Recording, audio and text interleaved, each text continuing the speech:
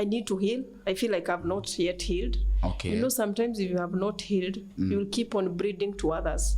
So I want just to heal. And as I'm healing, I also want to work on my goals and even on my dreams. I want sana to work on myself. On yourself. You know, sometimes we blame the other partner and maybe we are the problem. Yeah, I want to work first on myself before I move on.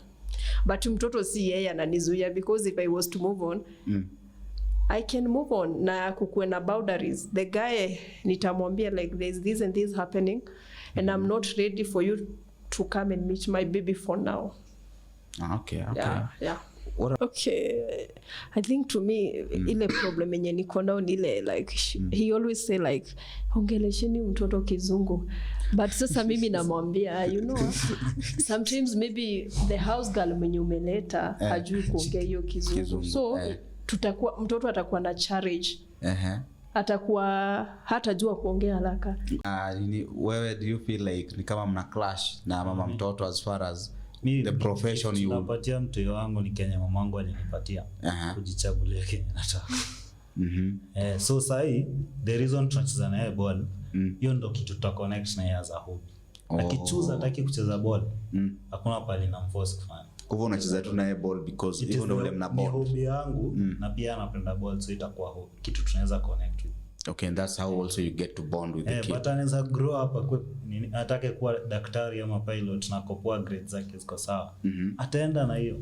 Because most people, but bado pia si kupenda kwetu as men, it is women who make us feel like contribution yetu ya maana sana inakuanga ni do. So sisi kama boys, as long as natoa hiyo do na feel, naweza nikadictate vitu hapa. Na kijana niliona akifukuzwa kama umbo bana. Ati wewe toka hapa kaa una pesa, kwani mtoto anakuja kukula presence yako. You know, I think that one it will bring a bad picture to the baby. Mtoi ata glow up. Unajua still bado one day mtoi ata glow up and he will know the reality. Atakuja ku notice, by the way, the reason why my dad didn't come to see me, alikuwa anaogopa mamangu na hakuwa na kitu that time. Okay, dem mwenye ako heartbroken is the most selfish type ata kwa hii dunia. Atulimu heartbreak anaweza kuwa unreasonable, ushangae wewe IQ imepotea ama tafuta tu dem uliwahi heartbreak kutry ku reason I don't know anyone else can say anything to them na it makes sense except wewe. But one thing I've noted as ladies, the big mistake we do, meet kijana, you know, sometimes it's good to ask someone as in ile like who do you want to have a kid. Unajua as sometimes we assume things. Kuna mtu atapata mtoto akiassume things like huyu nikipata mtoto wake nimemshika. Maybe in his life he never thought, he didn't want to have a baby in whole of his life. There are men who don't want even to get married. So I think to me it's good to ask someone, would you want to have a kid? Would you want to get married? So akikwambia hataki mtoi, hataki kuoa. So going back, what do you think we would have done differently ndo si end up kwa hii situation uko saizi? I could have used protection. Singekuwa could have not be doing coparenting right now. Right now, protection. Mimi ningeambiwa tu kumbuka tu mwambie I usually tell people right now. Imagine saizi siwezi ogopa kwenda kununua protection. I'll do it for the sake of my life. No, kitambo singeenda kuna ile ningesema watu wataniona, but right now I'll tell you don't have, let me go and buy it. I'll come and give you because it's for the sake of my life.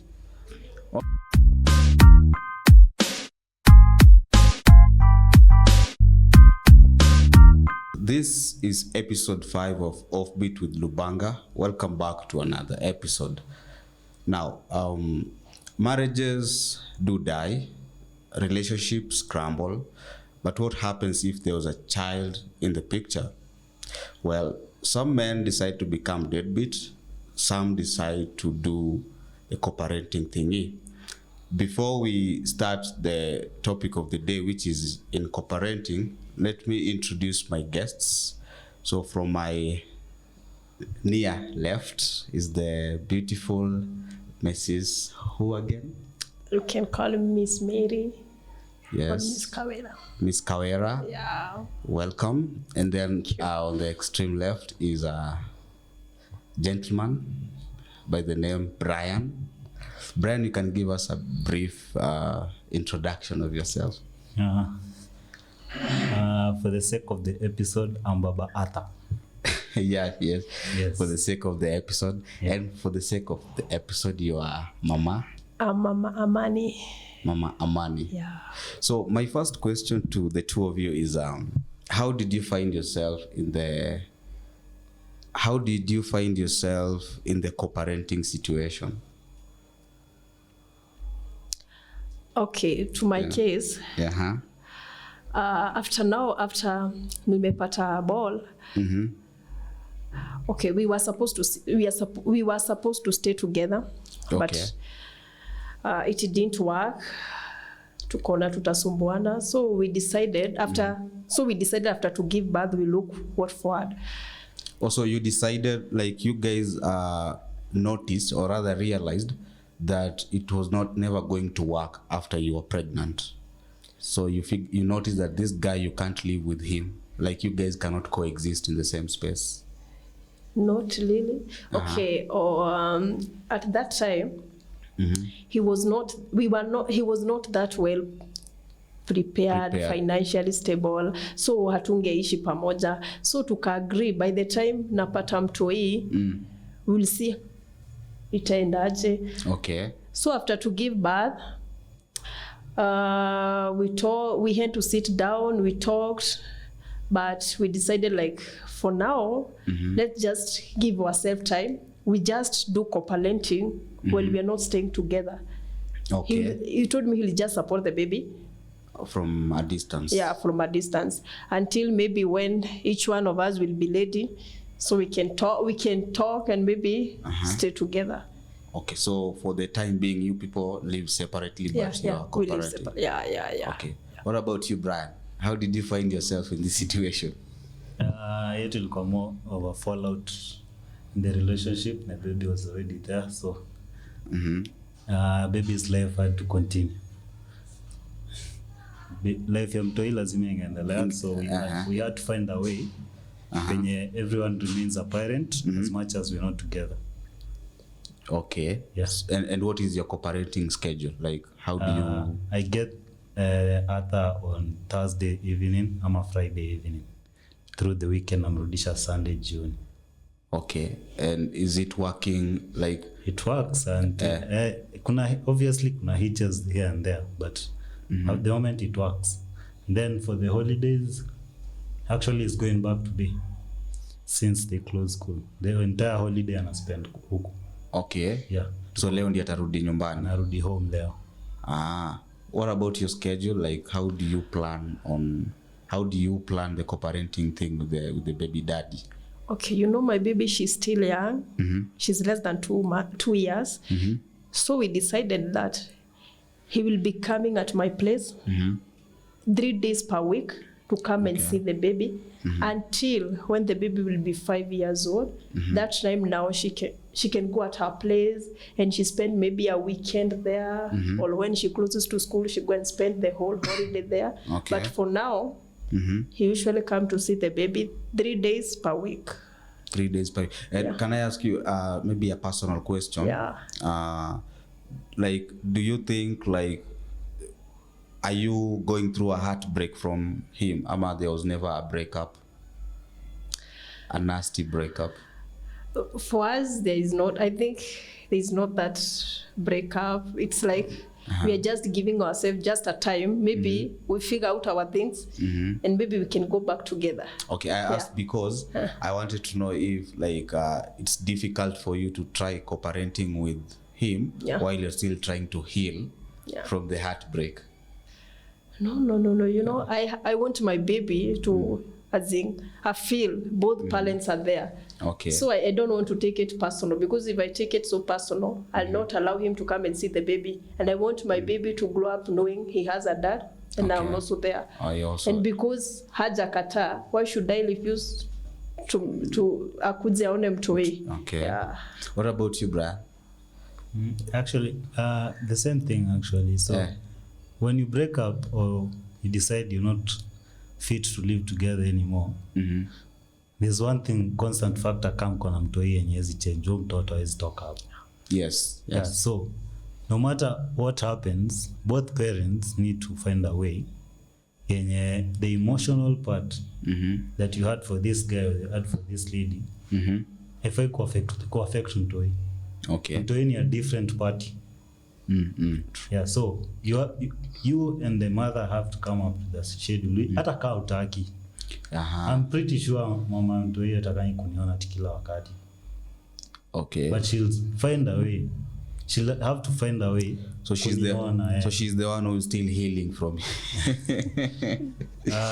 so ndio lazima ako. Like asiezi muongelea. I'm trying to be general hapa like. Okay. But what about you, like even if I was the person trying to heal? Hiyo healing process yangu mtoi wangu hataki kujua hiyo. Yeye hakuask kwa hapo. Yeye anataka kuwa na wazazi. Because you see kuna wazazi when they try now to use the kid as a weapon. That's what I'm trying now to say, like hufai kuanza kuinclude sijui ndio kuja uone mtu hii sijui unafaa kufanya nini. Kuna watu utumiwa waambiwa kaa hizi lipa rent. Mimi kwa beshte yangu anaambiwa ile siku ataanza kulipa rent ndio aende kuona mtoto. So aspo come up na pesa rent hata hiyo na mtoto. Aspolipia like we put it baby mama wake rent. Haizi ona mtu hii. Okay, that brings to your question, your condition. Do you have like any condition for the guy to spend time with his child? Yeah, okay. As we decided, I have a house girl. So he's the one who pays for the house girl. Okay. And also some shopping. Za nyumba, he's the one who anafanyanga. Yeah. So that's the only condition. Those are the only conditions. And then he has to call me before he come at my place. He has to make sure he have called me.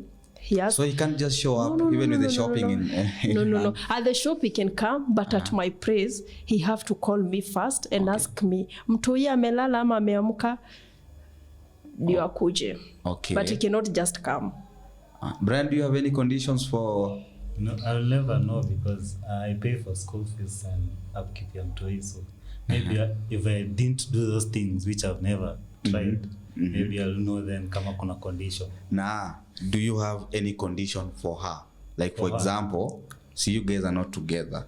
So probably there's a possibility she might be seeing someone, a guy that is. So do you feel like wewe miss kukatiana huko nje, but maybe don't expose my kid to this guy? Like do you have such kind of nini for her? For me personally sahi hiyo si challenge sana juu mtoi kwenye anaishi ni kwa shosho yake, so na expect tukaezo ni yako happen. Una expect a behave vizuri joko kwao. Ako kwao, you see. But if she was living alone, maybe kwa bedsitter mahali ama kwa one bedroom, you'd expect she'll start dating. Yeah, the same way she'd expect I'll be dating. Yeah. It's not every girl or guy you meet wa kwanza ashaanza kuita mtoi anko. Mtoi ashaanza kumuita anko.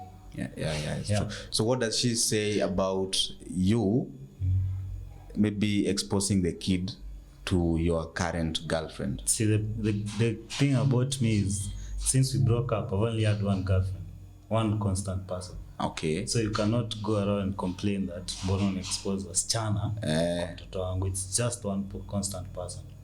Okay. So what about you completely don't have any restrictions for him, like as far as the kid is concerned?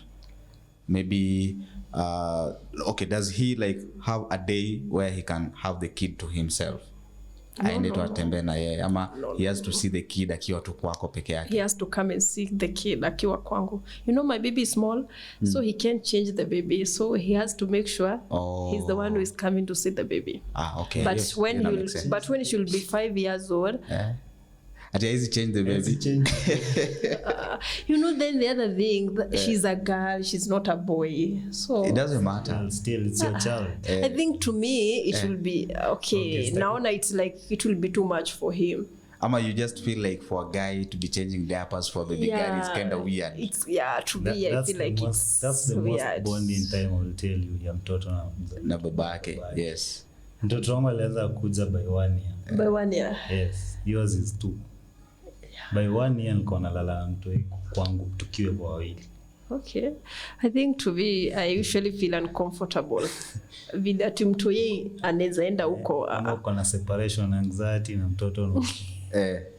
No, not really. Yeah. So based on your coparenting schedule, do you think it puts the interest of the kid first? Yeah. How? Oh, okay. Because okay, unaona in those 3 days lazima kuje one mtoi. So even if he don't come, he have to call. Like he makes sure. So like I think to our coparenting, the baby's what can I say it? Like do you feel like the kid is growing in a healthy environment where ako exposed to like both the mother's attention and the dad's attention? Yeah. Like iko balanced? Yeah. Okay, pia wewe unaweza sema the same thing? Yeah, actually you'd fight a lot in the first. Na venye yeye amesema she's not comfortable. Mtu yake sijui kwenda kwa babake. That's the first thing tulikuwa tuna fight about when you started the co-parenting. The mom still had this exact same idea. Mtu yeye atakamkanga na yeye akifika 6 years akianza kujielewa, but you forget when that child gets to 7-6 years amesha miss hizi steps za kukuonanga ita nyingine more often. So wewe na anko yake brother sasa ya mama yake hamna difference. As you differentiate. You are the same people to him. Sasa na so that's why I usually insist you start as early as inaweza. Okay. Na based on hiyo arrangement yako ya co-parenting na baby mama, kuna kitu yenye una feel like una wish inge change, like maybe you'll want to have the kid more ama you I will want that, but then distance kwenye anaishi ni mbali. You see if she was staying like a matatu away, ningekuwa naendea mtu hii anytime nataka. But say you have to schedule someone like we hawk all the way. Okay. So ni mbali, so there is no that chance ya more days than other than Friday. And right now he's in school, so anachoka. Okay. Ndio ameanza shule, so anachoka. So we changed that schedule actually to instead of weekly, signing after 2 weeks. After 2 weeks. Yes. He goes, comes, he skips 1 weekend, anakuja wengine. Because if he comes to here on Thursday, nimrudisha Sunday jioni, Monday anamkia shule. Ameshinda akicheza the whole day, amechoka. What about you? Like una feel ka kuna kitu nyeo maybe unge change kwa hiyo co-parenting style yenu? Okay, I think what I could have changed I was thinking that when my baby turns 3 years old, she can be going to stay with his dad, because wasichana wanakuanga more closer to their dad. I want my baby to feel that love for his dad. So when my baby turns 3 years old, I could wish akuwa naenda kukaa na babake, like even if it's a whole of weekend, anaenda anakaa naye, anarudi Sunday. Yeah. Nice. So it's about like spending more time. Like you don't get change like akae na babake sana. Na ni challenges gani unapitia like with the co-parenting style yenye nyinyi mmesettle on? Okay, the challenge that I face is that, when baby daddy anakuja kwako, you cannot date someone, because he will always be like, anakuja aje kwako. It's like you are still together. Yes. So that is the biggest challenge. So now you've put to a stop the idea of dating anyone, because you never know when baby daddy will show up. Okay, because right now I don't want to show everyone ati na muonyesha this is your uncle. No. So for now I want at least until when my baby should be a bit bigger enough where she knows that this is my dad, and this is uncle. He's not my dad. My baby she's still small, so she cannot differentiate uncle and the daddy. Okay. Yeah. So in a way unasema pia mtoi being this small inakukazia pia wewe kurudi sokoni. Inanikazia. Huwezi rudi soko sahi. Siwezi rudi soko sahi. But bado mimi usema see the kid is still lactating, ananyonya? No. 2 years. Sio tu watu nyonya hadi 5 years. Those is kitambos nowadays, no. Juu nasikia siku hizi kuna mama wanatoa watoto mapema sijui by 6 months anapea mtoto gani. Basi I had the mtoto anafanya nyonya like miaka 5 hivi. No. Okay, wangu nilimwachisha akiwa na 1 year and 6 months. Kama mtoto anyonyi, wewe uko ripe kurudi sokoni. Niko dhani bado mtu ananyonya. No, I want to give myself time. I need to heal. I feel like I've not yet healed. Okay. You know, sometimes if you have not healed, you'll keep on breeding to others. So I want just to heal. And as I'm healing, I also want to work on my goals and even on my dreams. I want sana to work on myself. On yourself. You know, sometimes we blame the other partner and maybe we are the problem. Yeah, I want to work first on myself before I move on. But mtoto si yeye ananizuia, because if I was to move on, I can move on na kukuwe na boundaries. The guy nitamwambia like there's this and this happening and I'm not ready for you to come and meet my baby for now. Okay. Yeah. What about you? Like, do you have any challenges? Personal challenges. Challenge za kuzangapo kwa drop off, pick up. Like kuna ile time yenye una feel ni kama baby mama ako parent. I mean, inaitwaje? Kuna time hadi unaambiwa usifike home. Mamangu, their grandmom hataki kuona huko. So you have to have a meet up point. Ngoja ati grandma hataki kukuona. Hataki kuona, see you had a fallout. So shosho mtoto hataki kuona. Shosh pia amekataa ku move on. So uto to challenge. So like so nika una sneak in when the shosh is not around, una pick mtoi. So mtoi drop your job. Penye anafanya job. Jioni na ni weekday. Okay. Yeah, hiyo ni easy. But now drop off yangu mimi nampeleka kwao.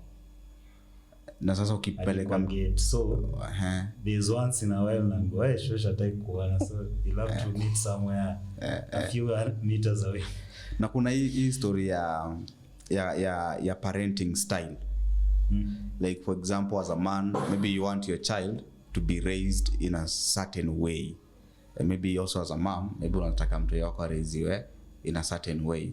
So do you feel like parenting style yako na parenting style ya mama mtoto wako zina clash? Once in a while they'll always do.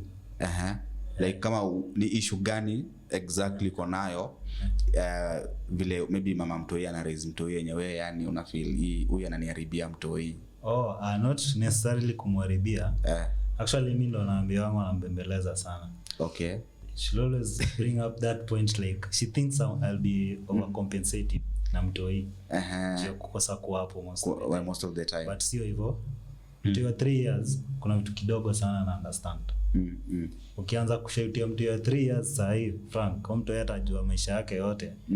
Ndio babangu aniambie kitu nielewe. Ni kama ana shout. Akiongea hiyo hayuko serious, ana joke. Naweza endelea kufanya kenye anafanya. Okay. So if you approach the soft way of raising mtoi at this age, si kubembeleza. Kwangu si kubembeleza. That's where we clash, because yeye ana feel kama mbembeleza. Kwa hivyo yeye akwa bit rough na mtoi. Yeye atakuwa a bit rough. Na yeye kukuwa rough na mtoi at this age, una feel like ni kama achieving the same result in a different way, using the soft approach. Sasa kimwambia akianza kulia kasa hii pale naenda tu kumconvince kula chipo tuende kwa mama. Hivyo imetosha. Utaachieve the same result na bado ukimshautia mwombe nyamaze, bado utaachieve your result. But which one is easier? Kumuongelesha tu. Ingine amejam, hajanyamaza jo ametaka kunyamaza, ingine amenyamaza jo amejam. The previous one amenyamaza jo amemconvince, after hapa kuna kitu naenda kupatiwa. So wako sawa na hiyo. Hii ingine tu ile ulikuwa unachapu unafanya kitu by force, nikakuforce hiyo. Yeah. Okay. Now what about you? Do you feel like parenting styles zenyu ni tofauti? Na kuna zile zinakubo, maybe unaona huyu mtu vile anakaa anapeleka mtoto, huyu ataniharibia mtoto. Ama yeye maybe ndio ako na those complaints about you. Okay, I think to me ile problem yenye niko nao ni ile like he always say like ongelesheni mtoto kizungu, but sasa mimi namwambia you know sometimes maybe the house girl mwenye umeleta hajui kuongea hiyo kizungu, so tutakuwa mtoto atakuwa na challenge atakuwa hatajua kuongea haraka. So ngoja kwanza, the question ni mtoto mnamwongelesha lugha gani? We speak to her Kiswahili. Kiswahili iko sawa. Sasa mbona hataki mtoto aongee Kiswahili? Anataka mtu yeye aongee Kizungu. So he always say like, nasimuongelesha mtu yeye Kizungu. Ataenda shule afundishwe Kizungu. In fact, hii time ndio anafaa ajue kuongea lugha zake like za Kiafrika, za Kiswahili na lugha ya mama. But I notice actually mtu yana stagnate kuongea na mtu yangu ukimforce Kizungu. Sisi tuko namuongelesha Kizungu. Kuna words zenye alikuwa ana take time kuongea. Sasa Kiswahili anaongea sentences. Kwa Kiswahili yake iko sawa. Anaongea Kiswahili vizuri. Na Kizungu alianza na English na bado English hajaanza kuform sentence. Na lugha ya mama. Like mother tongue. Mimi mwenyewe sijui. Sasa lugha ya mama hatuwezi mfunza because we come from different tribe. Si hata joto zote mbili. It's very hard. Because to me I don't speak my Unajua umeleta hii story ya house help, nikakumbuka there's someone I saw complaining ati house help wake ni Mluya kutoka Bukusuland like Bungoma. So akona that heavy accent. So the worry was huyu ndiye anashindanga na mtoi sana. So mtoi ata end up, watoto ni wa Kikuyu, mtoto ata end up kuongea kama like na accent ya Kibukusu. So like alikuwa na make it ikwe like it's a big deal, but mimi siko anaona big deal hapo. Sasa nitakwenda hapo kuchukua. Like umewahi kuona that kind of a feeling like huyu like house help atafanya mtoto wangu aanze kuongea vitu funny. No, I don't have that problem. Wewe mtoto tu bora anaweza express iko sawa. The other problem I have okay, the baby daddy he's a footballer. So sometimes I usually tell him maybe mtoi ni atamfuata kwa footballer because hana training ball. He's always like hapana mtoto wangu msichana haizi kuwa footballer, atakuwa sugu nini. So that's another, I feel it's like a problem to me because mtoi kama atapenda ball siwezi mkataza. But hata mimi as a dad, even if I was a footballer, I wouldn't want my daughter to become. Why? What if there are other things she can do. Mimi nimecheza ball. Wewe unajua unacheza futa. Hata anapenda ball. Ndamnyima ball kwa nini? Unajua ni mtoto kijana. Wewe ni baby girl. But what if anataka? What if maybe ni yeye amechukua that talent from you? She has inherited that talent from you. But so you look at the football industry our mama in Kenya unaona is imagine. I think to me if she kuna equal chances. I think to me if she want to be kuna mtu shughulika na football ya Kenya ndo maana sasa kuna mademo anacheza sijui Greece Turkey ball.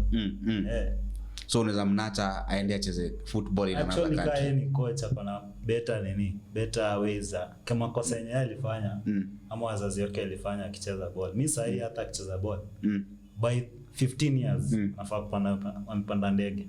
Okay. Hiyo ndo makosa sisi tulifanya tukiwa wadogo. So already umekuwa kwa hizo steps. Mtu wako anaitaka you already know the don'ts and do's za hiyo industry. Okay. The easiest way to man. Kwanza kani coach akona connection.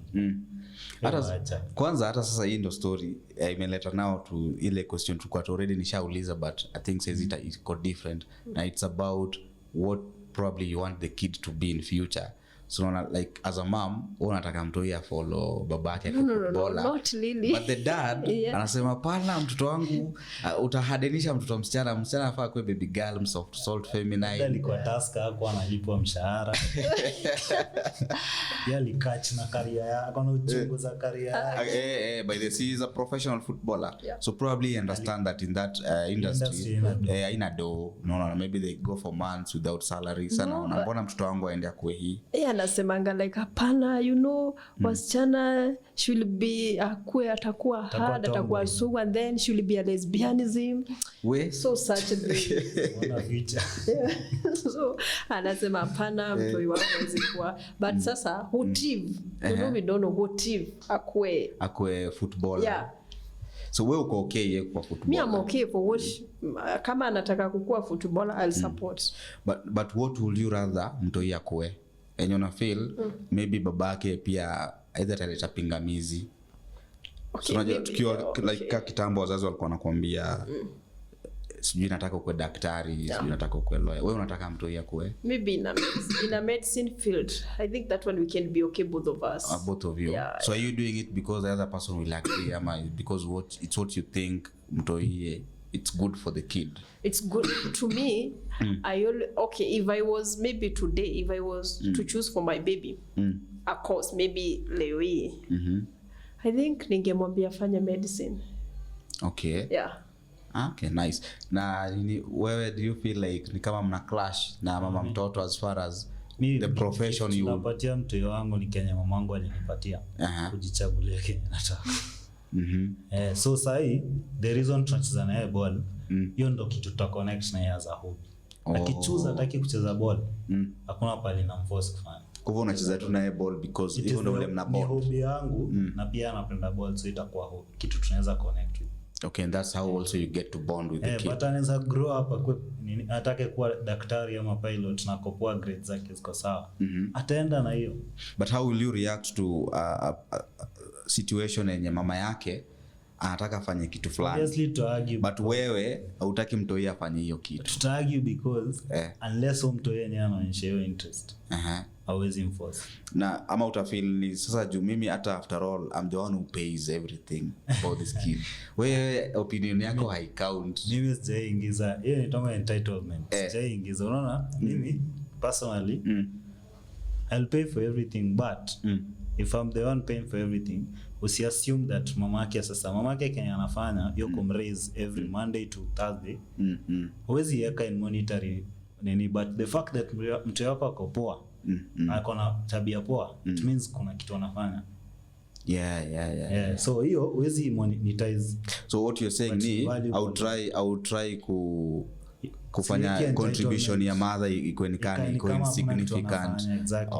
I don't feel because most people, but bado pia si kupenda kwetu as men, it is women who make us feel like contribution yetu ya maana sana inakuanga ni do.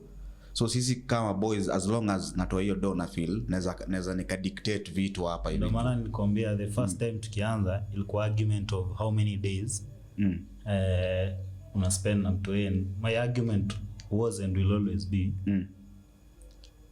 mtoi hata kama sitoi do, unajua by the way kweli mademu are trying to make the guy in the relation, the coparenting, the guy side ni paycheck. Actually ni paycheck too. Most of me seriously, like for the men that when me wongea na hao, hata there's a guy who was supposed to be leo ajakam, alikuwa niambia with him like the baby mama is always on his case until the money is paid, but after the money is paid she's not concerned about this guy spending time with the kid. Yako concerned na bills zimelipwa. After bills zimelipwa ni kama this guy she has no use for this guy anymore. So like what will you say about that? Like will you allow your baby daddy to be with the kid physically, but even if he wasn't able to provide financially? To me no. If he cannot pay the bills, why should he come and see the baby? But he's broke. Let's say anado. If he has no money, I will understand. You know, the others wako na pesa but ni stingy. And as in anafikiri, if I pay those bills, you are also there, and I don't want you to enjoy the bills that I'm paying. So to me, if he's broke, well and good, hiyo nitaelewa. I do my part. So utaacha a bond na mtoto wake even if but if he's not broke, So what is your opinion about wale wasichana wanakatazanga machali zao, mababy daddy zao wakae away from the kid kama hawaleti pesa? Because hata wewe una agree na mimi, mtoi anahitaji vitu nyingi sana other than just the dad bringing in the money. So to me, I think I could advise them that you're supposed to consider the baby first. You know, ile yenye unakata baby daddy akuja one mtoi, maybe you have that emotional feeling. But if you consider the baby, you say, I want the best for my baby. I want also my baby to learn some things from his daddy. Hautaangalia ati ana provide ama provide, especially if he's broke na unaona ako willingly to be there for his baby, mkubalia tu akuje. Okay. Yeah, even if he's not paying any bill, but bora tu akue willingly. Na unaangalia tu kabisa unaona like he cannot afford. Mkubalie tu. Kuna kijana niliona akifukuzwa kama umbo bana. Ati wewe toka hapa kaa una pesa kwani mtoto anakuja kukula presence yako. You know, I think that one it will bring a bad picture to the baby. Mtoi ataglow up. Unajua still bado one day mtoi ataglow up and he will know the reality. Atakuja kunotice, by the way, the reason why my dad didn't come to see me, alikuwa anaogopa mamangu na hakuwa na kitu that time. But sometimes wacha tu abode. Unajua mtoi ana grow up. Okay. And then the world yes quiz it so evolved, not like kitambo. Ata grow up na atajua like my dad he had money but he didn't support me, he was just only coming to see me hivyo mkono tupu. Okay. But ukikubalia kuja hata akiwa mkono tupu, you know the baby is growing, atajua who is good and who is bad. Okay. Brayo uta add nini hapo? Baby mamas wenye they reduce a man to a paycheck, and if he's not able to cash those checks na kwa sasa wewe bana watu yote urizi hivyo actually unaweza ona afterwards. Lack of presence ya one parent kwa life ya mtoi unaionanga mahali. Kuna kitu yenye mama na add na kuna kitu yenye baba mtoi ana add. For example kama mtoto kijana kuna vitu akishafika 12 years hawezi kuja kuuliza. Alafu demo na reason hivyo ati mtoto anakula presents. Woni demo ya atani date mimi nikiwa na do ile cause sina do niwaache na date seming. So inamaanisha akona string of men wenye mtu yana amekuja kiinteract. Mtu yata juangi na nini ndo anaweza ni rely on.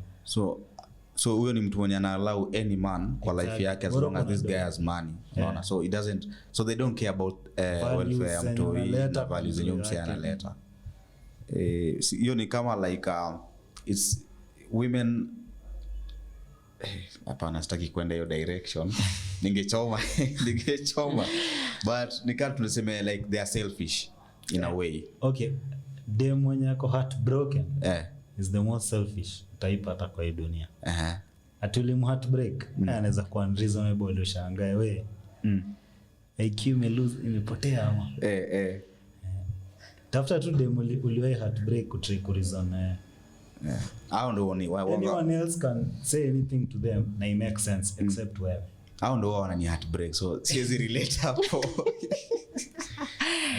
So siwezi relate hapo. Usually everyone says that on camera until we get a string of ladies who go nje kusema Lubanga is trash. Nikiweka list hiyo list ya ma exes naangalia huyu alinivunja roho, huyu alinitesa, huyu like nikijaribu kuangalia ni nani mimi nilitendea mabaya sioni. Always kosa. Hawezi kosa. Everyone is a villain in other people's story. Nikaa sasa mimi nianze ku-explain mbona niliachana na ex wangu. Siwezi anza, sijawahi defend mimi.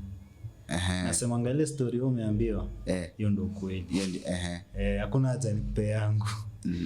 Tukikatiana sikuwa kama nikaambia Frank tunakatiana all day hivi ndio kozi. Tulienda huko tukakatiana wawili, tukadate. Mbona tukiachana nikuja nikupigie story. Okay, kwa sababu kila mtu unajua yutaka kujimake the better good person break up. So mtu akikuuliza bado unasema ule dem kuna vitu wako anafanya. So the best response tu ni kusema wewe ile story version umepewa hiyo ndio ukweli. Hiyo ndio ukweli. So na nikiuliza wewe do you feel like kuna kitu inaweza implementiwa, like inaweza kuwa adopted to make sure parents don't end up maybe splitting, so that now they have to start coparenting. Whether we like it or not, still coparenting bado haipati mtoi ile maximum attention na care. You people may split, it's like you're splitting your time between the kid. So do you feel like kuna anything and maybe any strategy like any kiza employee or maybe inaweza lesson juu saizi kuna pandemic ya coparenting ama deadbeats and like single parenthood zimekuwa mob sana. Unajua kwa nini mingi Frank? Any unpopular opinion. Shosho wangu akiishi na guka yangu hata wakipigwa hata wakifanyiwa nini, hata kuja mlevi hapo amekunywa pesa yote hadi ya skuma wangebaki na yeye. Wangebaki na yeye, this is my man. Ukiniambia ati kuna hiyo ni ati siku hizi watu allow hiyo nini sana. Unaona? Hiyo ni one reason, one of the many reasons. That siku hizi ni hard sana upate ati kuna demo amepigwa 2 years in a row na ako bado kwa hiyo relationship. Lakini kupigwa una feel, don't you think that's an extreme example ya kutumia? Trust me, ni mingi huko nje. Haya, number 2. Number 2. Hata pia bibi akianza kunichapa pia mimi naenda. Unaishia sio? Kitambo walikuwa na baki. Endo sikize stories za mashoto zako, walikuwa na baki. Okay. Walikuwa na baki. Kitambo mwanaume alikuwa na cheat. Ni husband yako. Ati mpaka kuna omadhe walikuwa wanaanza kuangalia hiyo kama akona shortcoming, ni amekosea. Labda apiki bibi bwana yake vizuri, so she should do better. She should do better. Sikizi dem anaamka anakuacha. Anaamka anaenda. But I think kidogo nikiongezea hapo nasema maybe wa mama wa kitambo, okay, the modern woman anaweza sema maybe they didn't understand, they didn't know their worth. And that they tolerated a lot of bullshit. But personally me, I feel like leaving a husband because he cheated, yet he's a good father and is a good provider. I think it's foolish to do that. It's not. I think it's foolish to do, because at the end of the day, I do not believe that. Unless when monogamous, then it's not.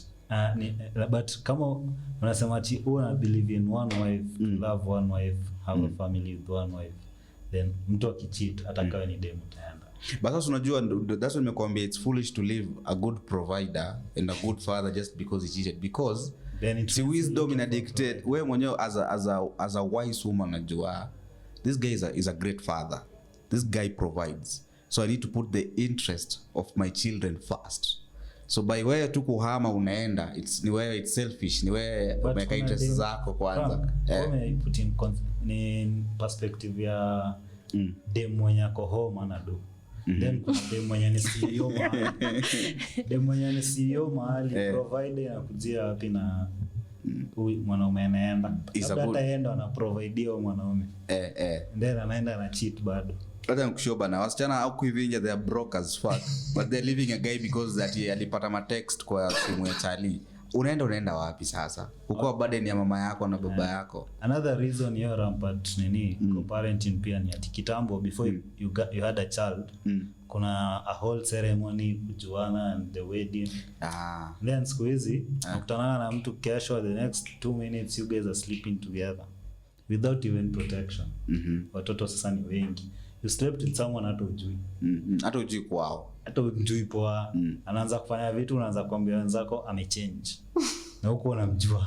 Haja change anakuanga hivyo. Wewe ndio uko take time kumjua. So siku hizi kuna hiyo a lot of many people just jumping into. Hakuna due diligence, like watu tu ni kupatana, wanapepetana na. So are you saying upata mtu kwa club, alafu una expect akwe father figure? Why? But the others who are there, maybe they are going through something, so anataka tu aende akunywe, a feel relaxed, and then he goes back home. So you feel like not everyone mwenye kwa club is sawa. Mlikutana Dunda, si ndio? Mkadate leo. Date ya pili ilikuwa Dunda. Then unapata bole yake anakosa kuprovide.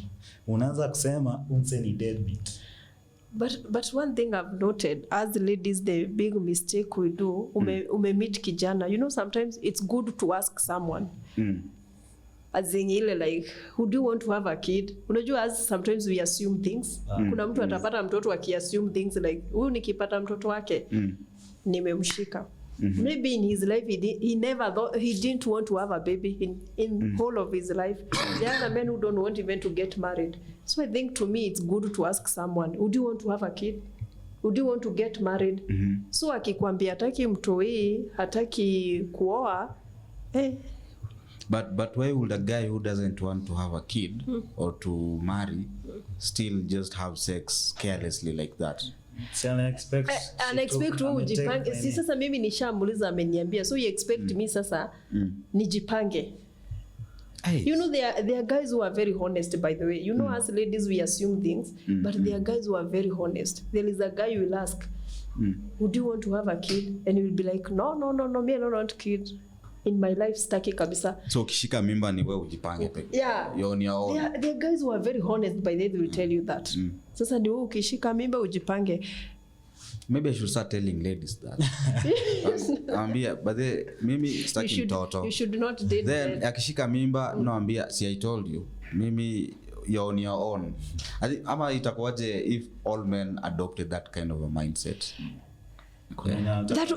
Lakini si watoto wataaboti. No. Unajua kuna ile unaweza ambia mtu I'm not well prepared now. So sitaki mtoi kwa saizi. But why are people always prepared to have raw sex but they're not prepared for the consequences? What do you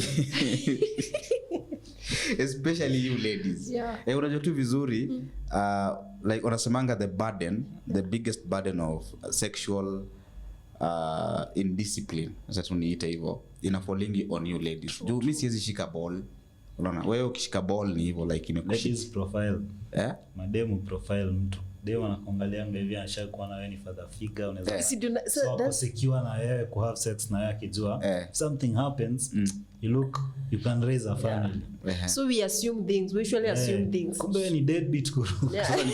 Maybe you are pretending you want to make me happy. So you are pretending to me the way you are caring, the way you can be a good man.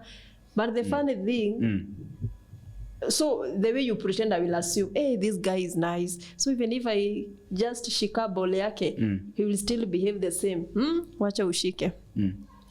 You will see the other side of him that you have never met in your life. So ngoja na nikikuli as a lady, what do you look for? Zenye zinakuambia this guy is a father figure. This guy is a responsible man. Ni nini hizo unaangalianga? I think to me right now, because right now at least nimejua what I want and what I don't want. There are some, if I meet a guy today and he want to date me, to me agree we are dating, I will not look only just maybe financial stable nini.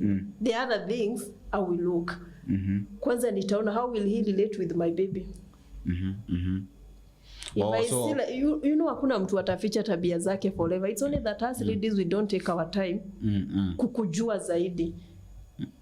But if I take my time kukujua zaidi, maybe nianze kukubalia you interact with my baby, definitely I'll know which kind of a man you are. But now assuming you didn't even have that kid. We uko fresh sokoni, hauna mtoi. Ni nini hizo utaangalia za kukuonyesha msee anakaa mtu responsible, anakaa he can be a good husband or a father figure? Unajua kuna yule atakwambia by the way mimi nataka to date 2 years.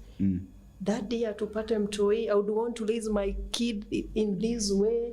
At least huyo. Unajua as ladies, I don't expect me to tell you like, hey, nataka unioe after next year. Nataka tulee mtoto hivi. Yes, I will give you my opinion, but first of all, when unastahili kwanza uniambie. So for you, it's about a man mwenye ana think long term. Yeah. So you can think long term on this guy is a keeper. Yeah. Or any and other. Then kuna vile tu not necessarily a long term, as in akusilia. Unajua kuna mwingine atakwambia hivyo because anaona like asha kupima you want this, so he want just to make you happy. Okay. Yeah. So Brian, do you think pia maboys inafaa tukue na criteria ya kuchagua women who would want to be mothers to our children in future? Yes, you should date people depending on stage yenye unataka kufikishana na mtu. Kesho kama unataka mtu akwenda naye Naivasha bash, hata dunda mwenye mtakutana naye, that one is fine. But mtoto ako ready kwa mtoto wa mama mtoto wako, that one unafaa kuchoose vizuri sana. So tunaangalia vitu gani? Juu saizi unajua there's this thing watu wanasema like squeeze unapata even a nice woman or a good woman who could actually be a good mother to your children and even a good wife. Squeeze they are standing too close to the hose, so it's not easy to tell them apart. Like the way a hoe is dressed is the same way even the decent one actually. Ule mwenye deep down this one will make a good mom and a good wife. Like ni hard, ni kama tu ni makondo wote wamevaa the same clothes. Squeeze nayo ni hard. Mother figures. But they're out there. Squeeze ni hard. They're out there. If you take your time. The good ones walikuanga the mother figures, the original mother figures. Squeeze wana try to fall into other side because they realize the men kina Frank wanapenda wasichana wanakaa hivyo. So wale realize kina Sidika wana pull crowd. So they trying to move to this side pia wane pull crowd. So nadhani huko ndio kuna attention. Exactly, but me as advice baki tu uko kwenye muko. Vera Sidika can last in the media for 2 years and she's gone. But nini yako dignity yako as a person, kenye unajifikiria as a person. What matters in life ni kenye wewe leo Frank ukienda kulala jioni unajifikiria anga nini. And that's why you'll see someone who's very broke, alipanga nyumba 500 Kibira na jai commit suicide. Lakini kuna mse Kilimani afutwa job leo na account yake iko na mita 2 na anajinyonga. Huyo mse ajivalue as a person. They are wale wase wenye wana deriving value from either money ama from what they do. They compare value, status they compare value. But see, unfortunately, I think it's like the bigger percentage of men today. The bigger percentage of men today do not have ile value and they do not derive value internally, like who they are, like hawana hiyo identity. So identity iko kwa vitu ka and women exploit that vizuri sana. Vizuri sana.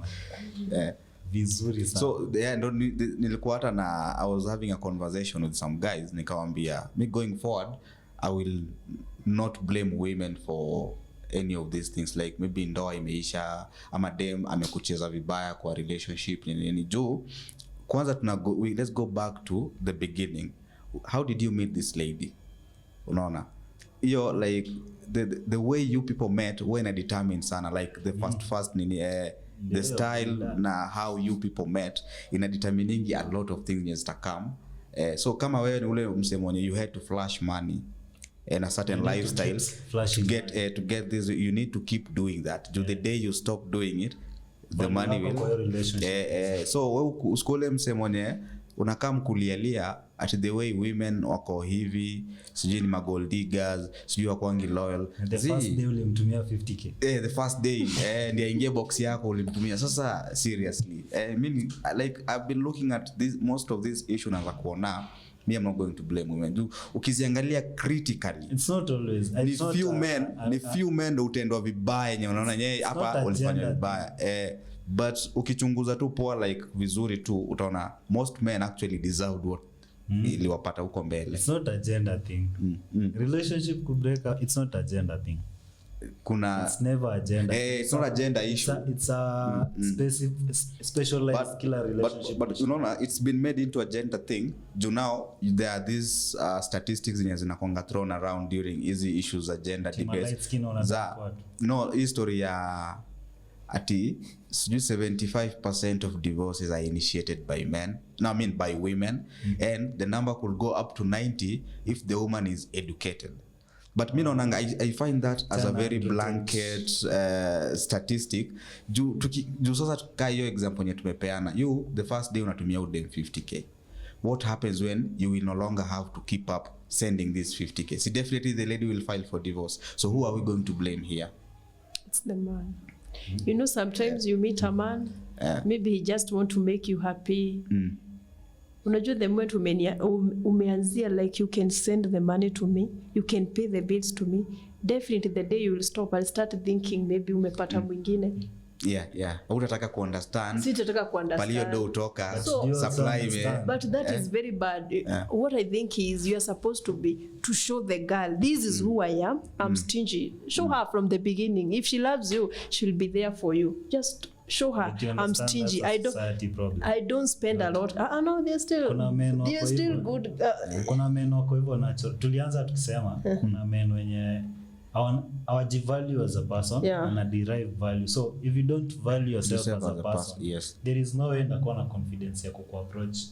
So you'll use your money. I'll use the money I have. So I think that is the biggest problem now. So the biggest problem, actually, what you need to advise men, you value everything. It's true. Above money and status. Like, know that with yourself, at the end of the day, if you woke up today with nothing, bado ungeamka na utafute. Ungeamka na ndo utafute the next building ujirusha ati. And then, you know, you men, you believe when you have money, yani mnaamini utapata everyone. Tuna pesa hata. We don't have But the big number are the ones that they think, hey, niko na pesa, amekuwa akiona mlembo fulani, wacha nimtumie ka 50 so that I get. That's not money.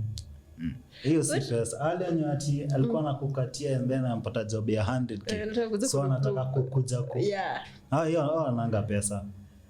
But most of men who have money, they want to show the ladies. Most of them money, real money, never chase women. At least juu kwa club anakuja amebai sijui mzinga. Unaona kwa club wale wamekaa huko na kabia kamoja na watch TV. Wao msenda wako na pesa. Wachana huyo mwenye ameka job. So hao wako na pesa. Huyo amechafua meza. Mimi wana hiyo kitu, it's like a high school thing. Kwa tunasemanga pesa ipigangi kelele. It's true. Kama uko na do, there is no way you go around trying to shout. True. But no, unajua sasa hiyo story ya. But those who have money and they want to show off. But unajua pia because you women, so you love things that glitter. So then there's a man who throughout his life women have been rejecting him because he did not have anything that glitters. But it's because you don't believe in yourself. If you wacha ende clubs moja abai Red Bull moja hivi kan aeke kwa meza akae asikize ngoma uone kama kuna demo tenda kwa hakuna. Alafu wale mjinga amebaya hapo ma Jack Daniels na Maglen na 18-year-olds Glen hao ndio watajaliwa na hiyo table itajana wasichana. Hasa utasaviwa na madem wenye wanakaa fiti kwa hiyo club. Kuna club dilishia by the way, I noticed kwa hiyo club ile meza yenye wasao na kunywa tu bia tu kawaida masoda for $30. Waiter ni chali alafu mko tu abandon like lazima mscream we unaona. Then there's a table where people are drinking on top of the shelf liquor. Inaletwa in style. Kwanza tusichana tumevaa thighs ziko nje, tiris ziko nje, alafu imebebwa inatoa fireworks. Hapo wanayulile yani ni kama ni sherehe na nderemo. Juu hii meza wasi actually wana spend dough. To flares So but ile meza nyingine yenye wasi maybe tu mtu anakunywa bia zake 2 na akona maji maybe hata hao hapo ndio kuna dough. And then but because they are not here to show off. Hao kutu sawa like then there's a table yenye watu wanakunywa hizo ma 18-year-old blend. Maybe hata ni doza wash. True. Sasa alikuja kuprove kushow. Nimesema ndo tunanga do because umse akona do leo like ndo amepata pesa. He lives today. Ana need ku prove akona hiyo pesa. Unashona mtu mwenye anavaa watch. Hiyo watch ni kali lakini jusini wa ghetto hatuijui. So anashinda akiambia unajua ni watch gani? New situation. I don't hiyo na hiyo ndo akiambia unajua ni watch gani wewe? Hivyo. Kama ile ya Murkomen, I don't know ni watch gani but nasikia tu kila mtu anasema sijui ni watch ya how many millions. Leo unashinda ukiambia wase check watching. Ndio watu waone like kama hawajai notice there is something about you una feel kama so I think the biggest problem ni nyinyi wanaume basi. I agree to some extent too. Value yourself vile tu amesema. She has a point because what if all men today decided sisi tutakuwa tunakatia madem tuna without like trying to be flashy or without trying to bribe them. Juu kama unatumia dem 50k manzeo like first date, it's like you're bribing this lady aingie box yako. Hata wewe kani dem Frank salary yako ni 25 per month. Kama maybe hata hiyo 50k ujaipata 50k once. Hata kama unaenjoy utabaki baki. Hiyo ni job. Uko kazi. So I would agree with her that one, I think the problem ni men. So men we are supposed to find value above money. Like we value everything. We value everything else other than money. Money makes your life easier. But it should not be the only thing yenye nakupea value as a man. If it's the only thing that gives you value as a man, that is how we end up with hizi situations unasikia mtu anajinyonga juu kwa that time ya COVID a lot of hizi vitu zili happen. Na ule mse mwenye amezoea like ule anaweza mwenye there are those who do not derive their value from money, they were able to downgrade their lifestyle during the COVID time. Na life yao ikaendelea tu vizuri unaona. But then kulikuwa na wale wenye kama aishi Runda kama ulikuwa Nairobi na hukujua ku manage pesa yako time ya COVID wewe huwezi saidika. COVID kuna watu life zao hatazi kuchange. Personally mimi juu tulikuwa job throughout haiku change. But kuna msema ya lose job na kaenda ocha the next month. Man show mse savings account yake ingemsamia hata ya board. Kuna wase wenye I think savings zao haiwezi wa last over 3 months hata 3 months. Kuna mse wenye by 25th amekopa. So tukirudi back kwa hiyo topic, you feel like history ya baby mamas, baby daddies and coparenting situations zinaweza kuwa solved if men or decide to be kukuwa intentional about who they actually go after in the dating market. Necessarily men peke Frank. Wanaume sana. Because men can solve but you see when you're comparing at the coparenting imeenda juu una compare na our parents times ndo but during our parents time kupata dem mwenye akona ball na yuko married ilikuwa very rare. Sikuzi ni kila mahali. So it was about shame. I think kulikuwa na shame. It's not shame, ni values the society na encourage sai. But I also think because kitambo kulikuwa na shame. Same to your form 4 ako actively not form 4 class G7 na 8 wako active sexually active.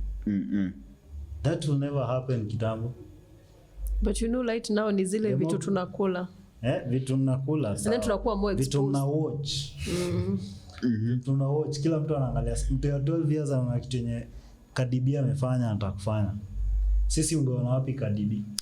But you men you should be intention kwanza sababu unapata mwanaume akona baby mama hata watatu. But kuna watu they are not men yet. Hiyo ndio tunasahau. Si sasa akona baby mama watatu. No wa 17 years hapana. Acha nikupe example. Get men who are even that acha nikupe example. Me I have a younger brother. I think ako 21 ama 22 but akona 2 baby mamas. That's not even an adult yet. But kama alitoka high school ni 3 years ago. Amekuwa akipigwa. Ni mtu bado kwa campus, ni mtu bado anasoma kwa shule. But akona baby mamas wawili. But you know that the biggest problem is ni mwanaume alianza yani. You're not there. But sasa he's not really bado haja develop into a man that can make conscious decisions. When kijana. But I think but now the men they grow up being taught. Unajua when people talk wanaekanga ni kama madem ndio victims. Every time is the single mothers is because of men. But what people do not address ni some of these men become fathers at 17, at 18, at 19. Huyo sasa ni mtu anaweza make decisions gani kwa maisha yake. Na probably impregnate a fellow kid who is 16, 17, 18 hapo. So but you see now the men should grow up. Wana still waanze kufunzwa when they are still young. Na sinyi mnasemanga wao mna grow faster than men. Frank question. When you going to have a baby today, you get pregnant. Unless and this is unless you actually had a case where ilikuwa a rape case. Kama ni consensual. Unataka kuniambia msichana aliambiwa leo na ni leo na akadecide. It's something she premeditated. So if you're telling me men should be taught, then it means ladies are actually being taught. Are they being taught? Because if it's men being taught, it can't be one-sided. Mimi naweza fundishwa, alafu nifike kampo kadem kakuje kama akajafundishwa kakuje kanadai. It's in my anadai ama wewe utakuwa unadai. Obviously it's ni natural kama. So dem kama afundishwi na mwanaume afundishwi bado you're not winning. And actually to me the reason people criticize women more because they have more control when it comes to sex. It's true. We say women are the gatekeepers of sex. Yes. So if a woman is taught to say no until a certain age, trust me, your rate itaenda chini. Imagine nyote wote mkatae tu. Ukikataa umkataa. Tuseme mimi siwezi shika bole yako kaa sijui unaishi wapi, sijui kwenye ni wapi. So you see, sijui unafanya nini. That's why I said we assume things as ladies. Nimekupata leo, nimeassume. Juu umekuja maybe umenifurahisha kidogo, nimeassume everything is well. You profile people. Unamwangalia tu na huyu anakaa kuwa na mapesa. Huyu anakaa kuwa mtu mzuri. Huyo mimi. And then ukishashika bola ametoroka. Anaanza sasa kukuesha. Unaanza kuulizia watu kama wanajua hata place hiyo wanaishi. Can you imagine? But it is funny, huwezi kuwa hujui kwenye mtu. Kuna hizo situations ziko. Those small things anaishi wapi. But you see, akisha pata ball and then Charlie ameanza kuact the way he usually does. Huyu akienda saa ku research kwa friends wake, anaambiwa wewe akwanga hivyo. So you start questioning the lady. Kama mabeshte zake wenyewe wanasema umse uko hivyo. Wewe take two time kidogo juu Charlie yenyewe anakuanga hivyo. Juu mimi Frank kama kuna baby mama wawili najua. Yeye akianza kukudate kesho akiniuliza, utamwambia mse ana baby mama wawili big care. You know there are men you can ask and then they will be like blood. If you dated someone long enough time, give yourself enough time before you guys slept together. Utajua enough information you true, you get the information. Hata utauliza mtu, you just know it. You just know it on the way. Mbona unalala na yeye on the first week ya kujuana? Utalala na the first week. Fanya the first 3 days. Wewe. I think to me I have to take my time enough. Kwa hivyo wewe ni wale wa 90 days rule, like lazima 3 months ziishe ndio. Not even 3 months. Hiyo pia ukiletea maboy hiyo pia tutakuacha. Wakuenda wacha ende. But the one who is serious with you, even if you take 1 year, he'll still keep following you. 1 year bado nakufuata. Huyu hayuko serious. Hayuko serious sasa kwa anafanya vitu zingi. Hizo vitu za haraka bana. I've seen these cases before. There is the 1 year. Amebaki na huyu akimweka pendi in 1 year, ndio? Sasa sio anajua mse ni impatient. Kumbe ana date huko nje. Ngoja leo kutaingia box yake 1 year. You continue as nothing happened. Me chenye nimejua saizi, don't settle where you feel like you are not comfortable. As in mwanaume akikuja kukukatia kidogo vione ashaanza kukudanganya with the first date, run away. Those two small red flags, they are the ones inafanyanga tunajipata tumeingia in a big mess. Unaanza kusema red flag kama gani? Maybe amenidanganya from the first day. Maybe umenidanganya and then I've noted. Umenidanganya, but I assume people that have two personalities, like anaweza switch na utaijwa. Imagine you can't hide like utakutana na hao. Moja na try kujua ni uongo gani hizi anasema. Last time I checked, lazima tu sisi tuwadanganye ndio muingie box. But you know the others, zingine nazo unapata mtu tu ni prayer from the first word go ume notice. But umesema but I can change him. Hiyo na utasema hivyo. Now unajua change, you can't change an adult. You can't change an adult. But you know as ladies sometimes we assume that we say I can change him. Can you imagine I'll change him? Even when you don't say you changed him, bado mnasema mwako umejambia uko ndani. Nitambadilisha huyo. Mimi najiaminia. You don't go into the relationship admitting that Frank ni cheater, I'm willing to stay with it. No, you go saying he's a cheater now, but in 3 months ndakuwa nimebadilisha serikali. And so go wrong. As we wind up, ningeuliza like what will be your final thoughts on history ya coparenting? What will you tell guys out there who are trying to coparent? Maybe they're going through their own issues. Whatever issues they had, or they are having as they were a couple, na hiyo kuheal na nini, has nothing to do with that child. Mtoto wa kuchoose kukuja kwa hii dunia. Nyinyi ndio mlikaa chini mkafanya usharati yenu, mkaleta mtoto. Whatever you decide to do, umeita usharati. Really? Usharati. When you're not married, usharati. So you did usharati? Usharati. Not defending myself. Anasa. Umekuwa mluya hapa. Hiyo ni anasa. So the baby does not choose the father or the mother.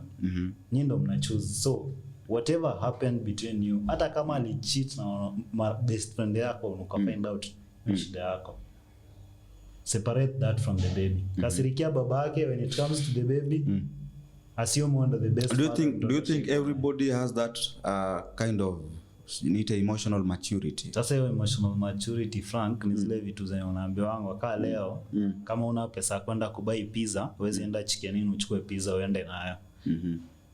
utakaa nyumbani na kule ugali yako. Kule ugali. Hiyo ndo ugali yake sasa. Akae hiyo ndo bed alitengeneza line. So na maturity yako ikujanga baadaye. So in others wanasema tu ya deal tu na consequences. Nini consequences? Exactly. Leo ukienda koti wangeenda kamiti, unaweza lia upige nduru, but at the end of the day ule msara kuja kuvurute mwende. Kamiti utakuwa umeenda. Kuna mse, there's a guy aliniambia ana feel the moment they reach that coparenting stage, and I feel nika already asha lose mtoi, so why even bother? Like the moment mtoi ayuko under his control, like says it's like it's shared, and maybe he gets to see the kid once or twice, and then yet mkajaksa yani check yani kutoboka tu do. So I feel like automatically sasa he no longer have control over this kid. So anasema even why bother, si achane tu naye kwa deadbeat. Ni mse yako na ako willing in the first place. Kama unataka ku raise mtoi wako na mamake anakubali muone hizo 2 days. Hizo 2 days ndo utachukua. For that period utazichukua hizo 2 days. Because let's face it, as much as tunasema mtoi anahitaji both parents, the first 2 years mtoi anahitaji mamake kushinda babake. Okay. Kwanza kana anaona anahitaji mamake kushinda babake. Wewe umepewa 2 days in that period na bado unasema acha ikae tu. It makes sense. Those 2 days are enough. So anaweza fight for more days after the kid is a little older.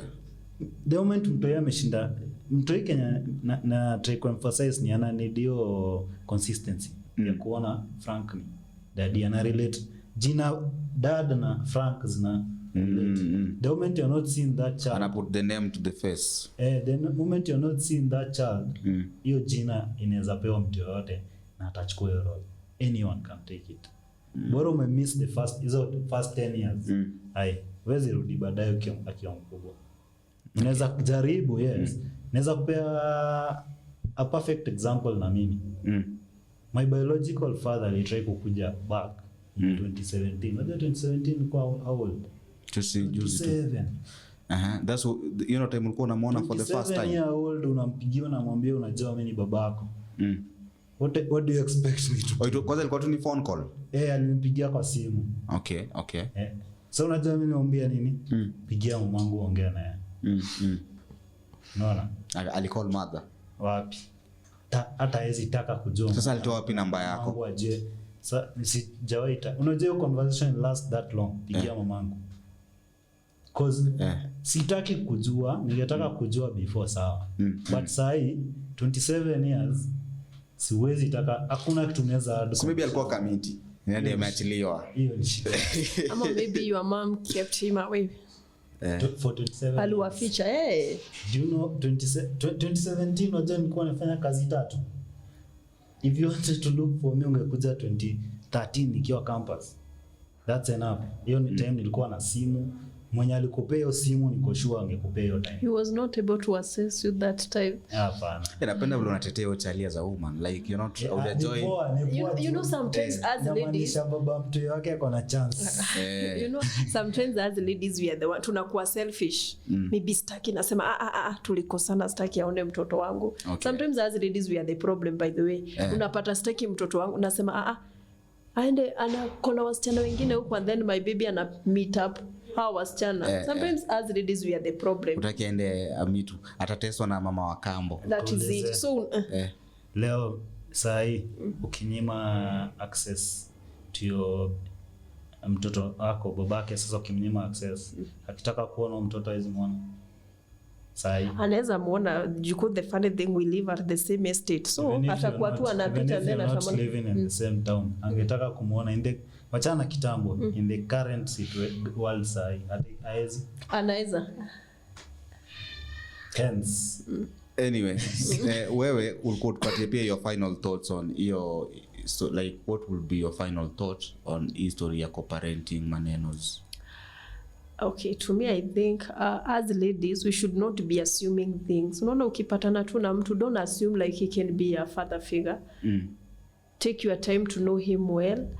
Muulize what if leo nikapata ball, what nini inaweza happen? Because if is kama ni msi yako serious atakwambia tu like hapana, for now I'm not ready. And then be keen, mwambie wacha tutumie protective, I'm not also ready to raise a baby. On your own. Yeah. Okay. Because I think if I was to be asked, it is good mtoi grow up akiona baba na mama. So mkiwa mnaishi pamoja. So we're going back, what do you think would have done differently ndo si end up kwa hii situation uko saizi? I could have used protection. Could have not be doing coparenting right now. Right now, protection. Yeah. Mimi ningeambiwa tu kumbuka tu mwambie I usually tell people right now. Imagine saizi siwezi ogopa kwenda kununua protection. I'll do it for the sake of my life. No, kitambo singeenda kuna ile ningesema watu wataniona, but right now I'll tell you don't have, let me go and buy it. I'll come and give you because it's for the sake of my life. Okay. There you have it. People of the internet, like Jagero usually calls you. I hope you enjoyed this episode. And if you feel like you need to appear on the podcast to discuss any other issue that you might feel it needs to be talked about, you can always reach out. The contacts are below here. Until next time, see you. Bye.